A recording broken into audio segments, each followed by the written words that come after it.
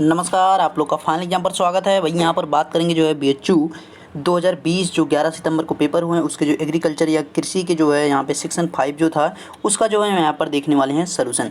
तो फटाफट जुड़ जाइए और यहाँ पे जो है आंसर की के रूप में देखेंगे भाई कौन से ऑप्शन का कौन सा यहाँ पे राइट आंसर है। ठीक है, तो भाई सेट जो है यहाँ पर A2 है। ठीक है, सेट 2 का ये है, तो मतलब क्वेश्चन जो है आगे पीछे होंगे तो आप परेशान ना होइएगा। आपके पास अदर यहाँ पे सेट हो तो परेशान ना होइएगा। क्वेश्चन आगे पीछे रहते हैं, बस यही है और कुछ भी नहीं होता है। ठीक है, अब देखिए यहाँ पे पहला क्वेश्चन है, फोटो रिस्पायरेशन किसके द्वारा रुकता है। तो भाई फोटो रिस्पायरेशन जो है किसके द्वारा रुकता है, तो यहाँ पे देख सकते हैं आप। तो पहला जो है भाई ये तो हमारा सही हो नहीं सकता, 2,4 डाई नाइट्रोफिनॉल द्वारा ये होता नहीं है, और ये हाइड्रोक्सी सल्फोनेट्स द्वारा ये होता नहीं है। यहाँ पे क्या हो जाएगा, CMU DCMU द्वारा होता है। यहाँ पे थर्ड ऑप्शन भाई यहाँ पे सही है। ठीक है, ये आपको देना third option is right option. अगला प्रश्न है, भैंस के औसत गर्भधारण की अवधि कितने दिनों की होती है। चलो भाई बताइए तो इसको। तो यहाँ पे राइट आंसर जो है इसका भाई क्या है, 310 दिन की होती है। उनकी जो गर्भधारण की अवधि होती है कितने दिनों की होती है, 310 दिनों की होती है। आगे देखिए भाई, वानस्पतिक रूप से अनानास क्या है। चलो भाई फटाफट इसका जवाब दीजिए, वानस्पतिक रूप से अनानास क्या है। तो सोरोसिस है, ये आपको ध्यान रखना, सोरोसिस है, ये आपको ध्यान रखना। ठीक है, यहाँ पे जो है आपका कौन सा ऑप्शन सही हो गया, यहाँ पे डी ऑप्शन ही थी राइट ऑप्शन। अगला प्रश्न देखिए भाई, व्हाइट रस्ट एवं महत्वपूर्ण फफूंद रोग है। भाई किसका जो है महत्वपूर्ण फफूंद रोग है, ये आपको बताना है। तो ये किसका है भाई, मस्टर्ड, सरसों का है, ये आपको ध्यान रखना। ठीक है, सरसों का है। आगे देखिए, आगे अगर बात की जाए तो भाई यहाँ पे जो 155 जो है, मांस या उनके लिए मवेशी या भेड़ जैसे पशुपालन को चराने के व्यवसाय को क्या कहा जाता है। तो भाई इनको क्या कहा जाता है, तो रेचिंग कहा जाता है, ये आपको ध्यान रखना, रेचिंग कहा जाता है। ठीक है, आगे देखिए, निम्न में कौन सा जोड़ा सही ढंग से मेल नहीं खाता। चलो भाई यहाँ पे देखिए इसको क्या है इसका राइट आंसर। तो भाई यहाँ पे जो मेल नहीं खाने वाला भाई निम्फेनिस जो है हाइड्रोफाइट, ये यहाँ पे हमारा गलत है। ठीक है, 156वां का जो है यहाँ पे चौथा ऑप्शन जो है यहाँ पे सही हो जाएगा, क्योंकि ये भाई मेल हमारा नहीं खाता है। ठीक है, आगे देखिए भाई, आगे आपके 157 है, पर्ण आवेदन। ठीक है, पर्ण आवेदन के लिए सबसे लोकप्रिय उर्वरक कौन सा है। तो भाई सबसे जो लोकप्रिय उर्वरक होता है वो कौन सा होता है। तो भाई most popular fertiliser for foliar application is the क्या है भाई, यूरिया है। यहाँ पे ध्यान रखना। ठीक है, क्या है, यूरिया है, ये आपको याद रखना है। अगला प्रश्न देखिए भाई 158, white bud is the major caused due to the deficiency of. मक्का में सफ़ेद कली किसकी कमी के कारण होती है। तो भाई यहाँ पे इसका राइट आंसर क्या है, तो भाई एक कमी किसकी होती है, जिंक की कमी के कारण होता है ना। चलो भाई आगे देखिए, नीलम और अल्फांसो के क्रॉस से विकसित हाइब्रिड आम कौन सा है। तो भाई क्या है यहाँ पे, नीलम और अल्फांसो के जो यहाँ पर इनका जब क्रॉस करा जाता है भाई यहाँ पे क्या मिलता है, हमें रत्ना मिलता है, ये आपको ध्यान रखना। ठीक है, सी ऑप्शन यहाँ पे सही है। आगे देखिए भाई, आगे 160, इंटरक्रॉपिंग क्या है। इंटरक्रॉपिंग क्या होती है, ये आपका जवाब यहाँ पे इसको देना है। तो भाई इंटरक्रॉपिंग जो है क्या होती है, दो या दो से अधिक फसलों की निश्चित पंक्ति की में उपज जो होती है, यहाँ पे इसको कहा जाता है इंटरक्रॉपिंग कहा जाता है। ठीक है, इंटरक्रॉपिंग इसको कहा जाता है। आगे देखिए, आगे यहाँ पे 161 है भाई, हल्दी में पीले रंग की उपस्थिति किसके कारण होती है भाई, किसके कारण होती है भाई, क्यूनिन होता है ना, क्यूनिन ही तो होता है। ठीक है, अच्छा कर क्यूनिन है भाई, कर क्यूनिन यहाँ पे B option is the right option. अगला प्रश्न देखिए भाई, यूरिया के लगातार प्रयोग से मिट्टी पर क्या प्रभाव पड़ता है। तो भाई मिट्टी पर जो है कौन सा प्रभाव पड़ेगा, अगर यूरिया का हम ज़्यादा है प्रभाव उसका करें। तो भाई यूरिया हमारी जो कैसी होती थी, एसिटिक होती है यानी अम्लीय होती है, भाई उसका जो प्रभाव कैसा पड़ेगा, अम्लीय प्रभाव पड़ेगा। यही आपको यहाँ पे जवाब करना था। आगे देखिए 163 भाई क्वेश्चन क्या है, 163 क्वेश्चन है, निम्नलिखित में कौन सा हल का डिस्क एंगल है।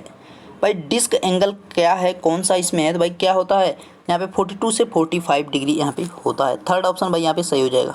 ठीक है, third option is the right option. अगला प्रश्न देखिए, मवेशी में एंथ्रॉक्स रोग किसके द्वारा होता है। तो भाई मवेशी में जो एंथ्रॉक्स रोग किसके द्वारा होता है, तो इसके जवाब की अगर बात की जाए भाई किसके द्वारा होता है, मवेशी रोग। मवेशी रोग जो होता है भाई बैक्टीरिया के द्वारा यानी जीवाणुओं द्वारा होता है। ठीक है, आगे देखिए भाई 165 नंबर है, कोशिका का कौन सा भाग प्रोटीन उत्पाद संकलन एवं संवहन का कार्य करती है।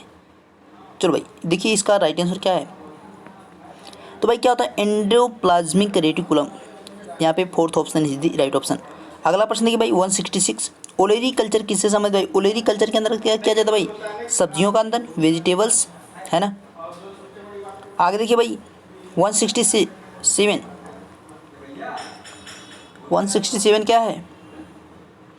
केंद्रीय इगमार्क प्रयोगशाला का मुख्यालय कहाँ है? तो भाई कहाँ पे है? महाराष्ट्र, नागपुर, ये आपको देना, ठीक है। नागपुर महाराष्ट्र में, नागपुर महाराष्ट्र में जो है यहाँ पर केंद्रीय इगमार्क प्रयोगशाला का मुख्यालय है। आगे क्या है? टर्गर कोश का मेंटेनिंग के लिए उत्तरदायी तत्व है भाई। कौन सा उत्तरदायी तत्व होता है? इसका जवाब क्या हो जाएगा? तो भाई टर्गर कोशिका के लिए भाई यहाँ पे जो जवाबदायक है वो कौन सा भाई? पोटेशियम होता है, ये आपको ध्यान रखना, ठीक है। आगे देखिए वीटल किस आर्डर का कीट है भाई? किस आर्डर का जो है कीट होता है वीटल हमारा जो है?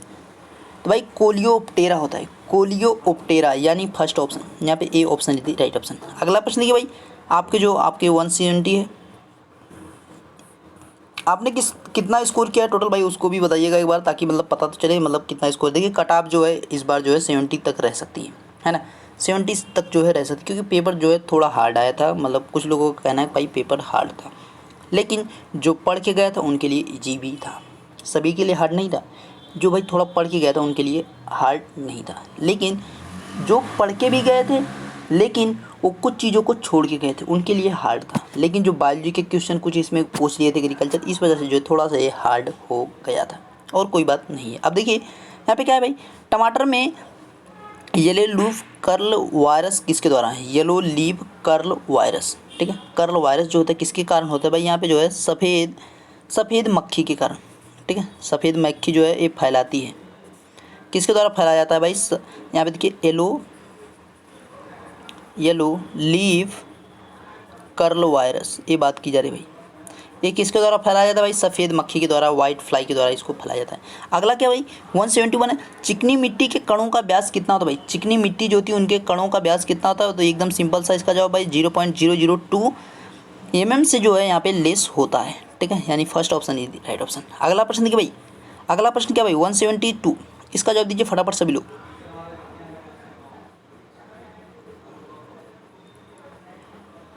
तो भैया इसका जवाब क्या हो जाएगा?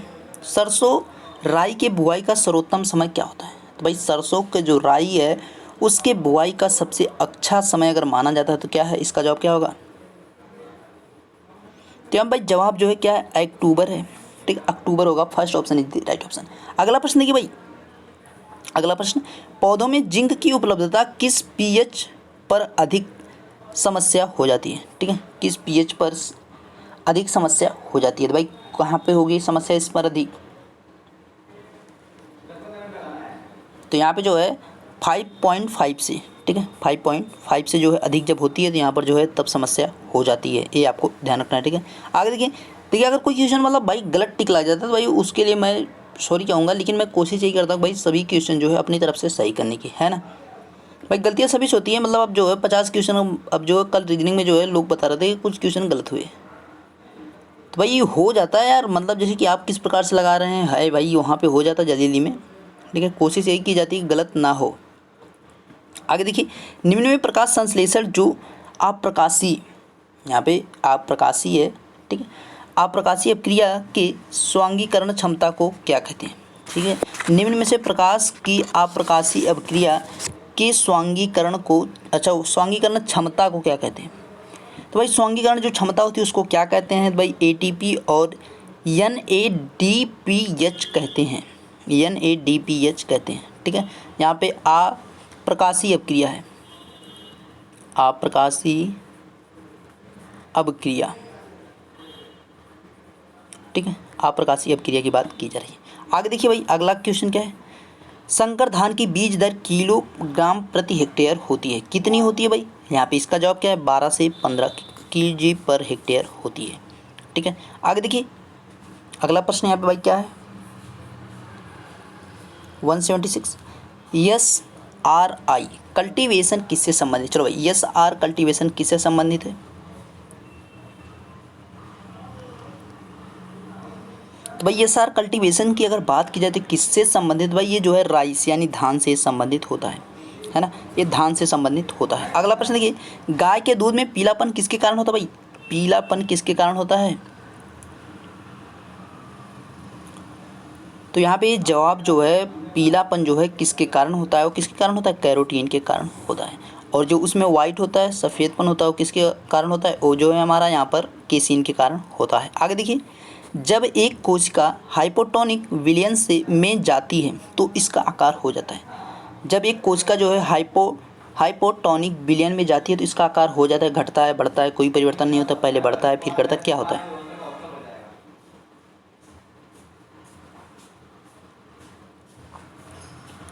तो भाई यहाँ पे क्या है इसका राइट आंसर? 177 वाले का 178 सॉरी। तो यहाँ पे जो है इसका राइट आंसर क्या भाई? इंक्रीजिंग होगा, यानी बढ़ जाएगा। ठीक है, इसका आकार जो है बढ़ जाएगा। बस यही आपको जवाब करना था। आगे देखिए 179 मैंने क्या करा, एक ग्लूकोज के ऑक्सी शोषण के सिट्रिक एसिड चक्र के दौरान कितने एटीपी नेट प्राप्त होते हैं? तो भाई कितने एटीपी नेट प्राप्त होते हैं? इसका जवाब क्या है? 24 एटीपी नेट हमें प्राप्त होते हैं। ओके, आगे देखिए, टिड्डा किस ऑर्डर का कीट है? टिड्डा किस ऑर्डर का कीट है? तो भाई टिड्डा जो है आर्थोप्टेरा यानी सेकंड ऑप्शन ही थी राइट ऑप्शन। अगला प्रश्न देखिए भाई यहाँ पे 181, फूल गोभी में भूरापन लक्षण किसकी कमी से होता है? चलो भाई फटाफट बता दीजिए, फूल गोभी में जो है भूरापन लक्षण किसकी कमी के कारण होता है?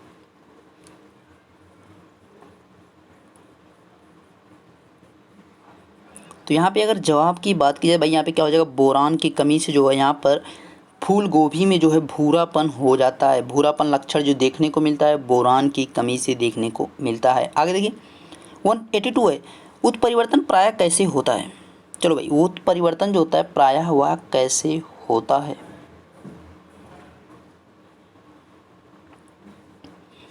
तो भाई ये होता है रिसेंसिव एंड हार्मफुल होता है, यानी अप्रभावी एवं नुकसानदेह होता है, यानी सेकंड ऑप्शन ही थी राइट ऑप्शन। अगला प्रश्न देखिए भाई, अगला प्रश्न क्या आपका है? 183 भाई क्या करें हमारा?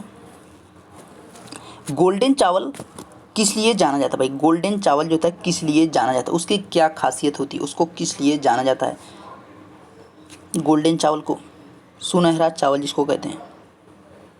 तो भाई इसको जो है जाना इसलिए जाता है कि भाई ये जो है अधिक विटामिन ए के लिए जाना जाता है। ठीक है, इसमें जो है विटामिन ए की प्रचुरता होती है, यानी इसमें जो है अधिक मात्रा में जो है विटामिन ए पाया जाता है। ओके, आगे देखिए 184, निम्नलिखित में कौन फलों को पकाने में सहायक है? ये तो भाई किसी का ना गलत होना चाहिए ना किसी का गलत हुआ होगा, मैं तो यही जानता हूँ।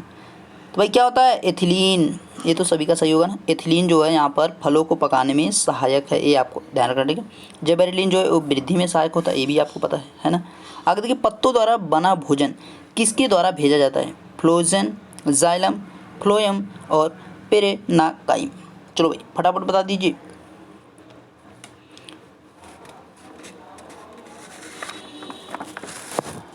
तो भाई किसके द्वारा भेजा जाता है? देखिए जाइलम के द्वारा तो जल भेजा जाता है, और फ्लोएम के द्वारा क्या होता है भाई? यहाँ पे जो है भोजन बनता है, फ्लोएम के द्वारा उसको भेजा जाता है। जाइलम जो है जल को भेजता है, ये भी आपको ध्यान रखना। ठीक है, आगे देखिए भाई, धान में खैरा रोग किस कारण होता है? जीवाणु द्वारा, फफूंदी द्वारा, बोरान की कमी द्वारा, जिंक की कमी द्वारा। तो भाई ये तो बहुत पॉपुलर क्वेश्चन है, जो कि बार बार कई एग्जाम में, मतलब कई भी एग्जाम हो, कॉम्पिटिटिव एग्जाम हो, एंट्रेंस एग्जाम हो, वहाँ पर मैक्सिमम टाइम ये पूछ लेता है। तो भाई ये रिपीटेड क्वेश्चन मोस्ट टाइम है। तो भाई क्या है इसका जवाब? जिंक की कमी के कारण जो है धान में खैरा रोग होता है। आगे देखिए, उचित परिभाषित केंद्रक पाया जाता है। भाई किस में पाया जाता है उचित परिभाषित केंद्रक? चलो भैया फटाफट बता दो। तो भाई किस में पाया जाता है? यूकैरियोट्स में जो है ये पाया जाता है, यानी यहाँ पे फर्स्ट ऑप्शन ही थी राइट ऑप्शन। अगला देखिए, डीएपी में फास्फोरस किस रूप में पाया जाता है? भाई डीएपी जो होती है उसमें फास्फोरस किस रूप में पाया जाता है? चलो भाई फटाफट बता दिए, डीएपी में जो है फास्फोरस किस रूप में पाया जाता है भाई?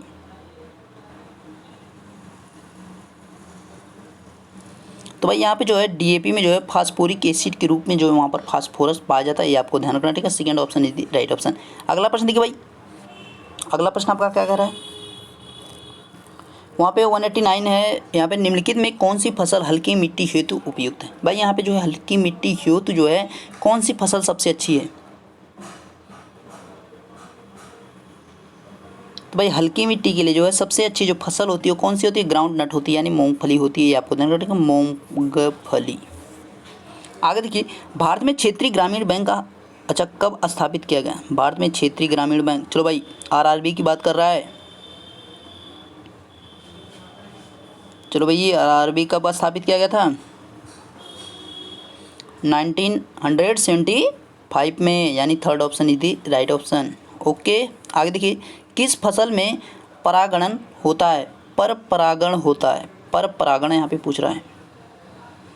चलो भाई, पर परागण होता है किसमें? फटाफट, किस फसल में पर परागण होता है? तो यहाँ पे देखिए, इसके राइट आंसर की बात की भाई, किस फसल में पर परागण होता है, तो इसका जवाब क्या भाई? किस में होता है भाई? मक्के में होता है, ये आपको ध्यान रखना, ठीक है, मक्के में होता है। आगे, डस्ट टेस्ट किस परीक्षण के लिए किया जाता है भाई? चलो भाई, डस्ट टेस्ट जो है किस परीक्षण के लिए किया जाता है?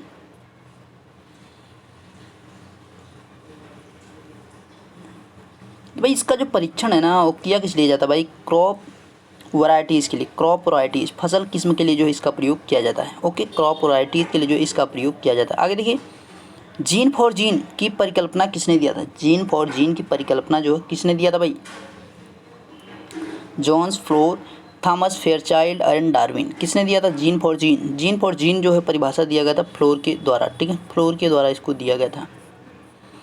आगे देखिए भाई, आगे क्या है? 194, क्षारीय मृदा सुधार के लिए किसान प्रयोग करते हैं भाई, क्या प्रयोग करते हैं किसान?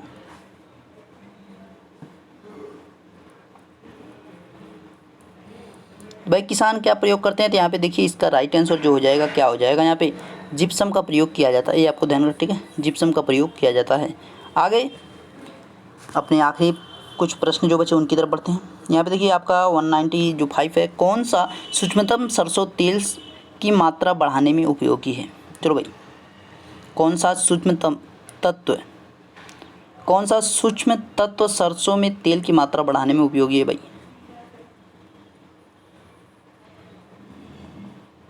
तो भाई डिसाइडर के रूप में जो है तेल की मात्रा बढ़ाने के रूप में अगर प्रयोग कौन करता है, फायदा कौन पहुंचाता है? भाई सल्फर वो काम करता है। आगे देखिए, कौन सी फसल हरी खाद के लिए प्रयोग की जाती है? चलो भाई फटाफट बताइए, कौन सी फसल जो है वो हरी खाद के लिए प्रयोग की जाती है?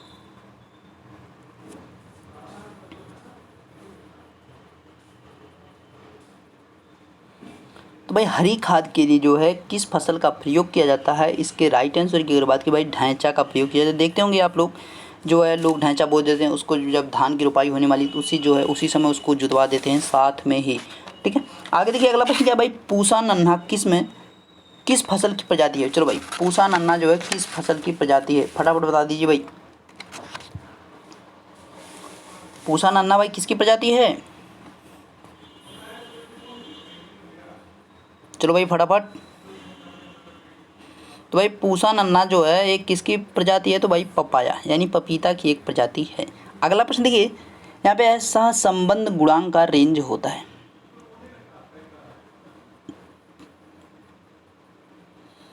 तो भाई इसका जो यहाँ पे सहसंबंध जो गुणांक है, इसके राइट आंसर की अगर बात भाई क्या होती है उनकी रेंज? तो भाई -1 से जो है +1 होती है। आगे देखिए, जो आपका 199 है, कौन सी फसल मृदा में वायुमंडलीय नाइट्रोजन की बढ़ाती है? चलो भाई, नाइट्रोजन को बढ़ाती है। राजमा, गन्ना और धान, मक्का। चलो भाई, कौन सी फसल मृदा में वायुमंडलीय नाइट्रोजन को बढ़ाती है? तो भाई जो आपकी ऑप्शन है उनमें से जो है राजमा चावल खाओ तब पता चलेगा भाई राजमा क्या है। आगे देखिए, गेहूं के दानों में प्रोटीन की प्रतिशत मात्रा कितनी होती है भाई? जो गेहूं होते हैं उनके दानों में जो है प्रोटीन की प्रतिशत मात्रा कितनी होती है? तो भाई यहाँ पे जो है प्रोटीन की मात्रा की अगर बात की भाई, उनके जो परसेंटेज की बात की जाए कितनी होती है भाई? 9 से 13% होती है ना। 9 से जो है यहाँ पे 13% जो है इसके बीच में पाया जाता है। ओके, ठीक है। तो भाई अपने जो है अब ऑप्शन जो है वो सब मिला लीजिएगा, और वहाँ पे जो है अपनी मेरिट एक प्रकार से मतलब मेरा इतना हो रहा है, सिलेक्शन होने वाला है। और अब डॉक्यूमेंट्स वगैरह जो है इस बार रेडी करा लीजिएगा। मतलब कैटेट में जो गलती हुई, मतलब कि हमारे डॉक्यूमेंट्स नहीं तैयार हुए, काफ़ी सारी चीज़ें थी, मतलब तो वो सब यहाँ पर गलती ना हो, ठीक है। तो मतलब उसको भी धीरे धीरे आप लोग तैयार करा लीजिए, ताकि जो है कोई भी समस्या ना होने पाए। और मेन और यहाँ पे जो है मेन कैंपस ना हो कि जो है दूसरा वाला कैंपस मिलेगा तो भी ले लीजिएगा भाई, BHU से ही तो आप पढ़ेंगे, ठीक है। चलो ओके बाय, टेक केयर। आपका वीडियो कंप्लीट हुआ। Okay, thank you.